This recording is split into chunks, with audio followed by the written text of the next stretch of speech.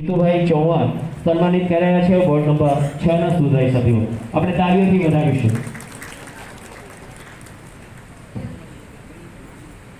ધન્યવાદ.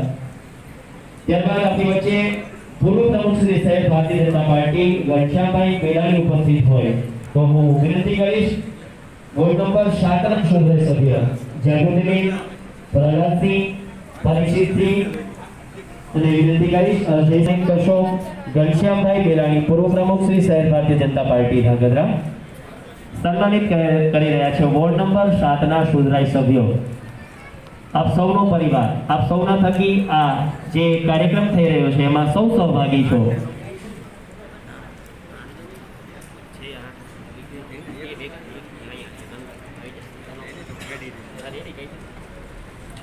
સન્માનિત કરી રહ્યા છે વોર્ડ નંબર 7 ના સુધારી સભ્ય અને સન્માનિત થઈ રહ્યા છે ઘનશ્યામભાઈ બેલાણી.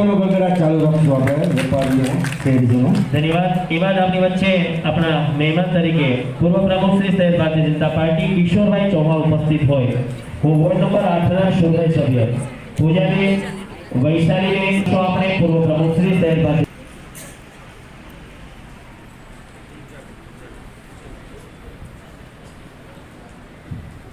વોર્ડ નંબર 8 ના સુધારી સભ્યશ્રીઓ સન્માનિત કરી રહ્યા છે કિશોરભાઈ ચૌહાણ પૂર્વ પ્રમુખ શ્રી શહેર ભારતીય જનતા પાર્ટી ધાંગધ્રા. આપ સૌ તાળીઓના ગડગડાટથી વધાવીશું. ત્યારબાદ આપણી વચ્ચે સુરેન્દ્રનગર જિલ્લા કિસાન મોરચાના અધ્યક્ષ નંદલાલભાઈ પટેલ ઉપસ્થિત હોય હું વિનંતી કરીશ વોર્ડ નંબર 9 ના સુધારી સભ્યશ્રીઓ જયાબેન, દામિનીબેન, ગોપાલભાઈ અને કરણદેવસિંહજીને વિનંતી કરીશ પધારો. સન્માનિત કરશો આપણા નંદલાલભાઈ પટેલને સન્માનિત કરશો.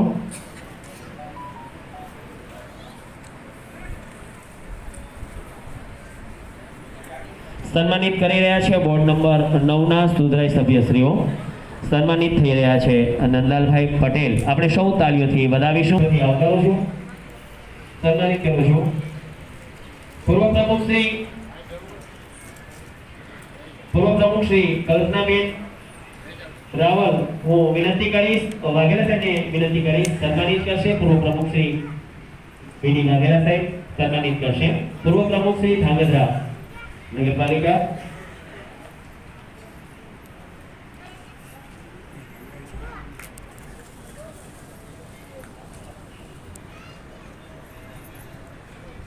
સન્માનિત થઈ રહ્યા છે પૂર્વ પ્રમુખ શ્રી નગરપાલિકા. આપણે જોરદાર તાળીઓથી વધાવીશું. સાથે સાથે આપણી વચ્ચે એવા જ પૂર્વ પ્રમુખ શ્રી આપણે પ્રમુખ સાહેબે આ યોગદાનમાં જેનું નામ લીધું એવા કલ્પનાબેન અને સાથે ધીરુભા પઢિયાર પણ આપણી વચ્ચે ઉપસ્થિત હોય હું ગુંજીતભાઈ પટેલની વિનંતી કરીશ નગરપાલિકાના કર્મચારી પીએમભાઈ સન્માનિત કરશે ધીરુભા પઢિયારને પૂર્વ પ્રમુખ શ્રી ધાંગધ્રા નગર સેવા સદન. તાળીઓથી આપણે વધાવતા રહીશું.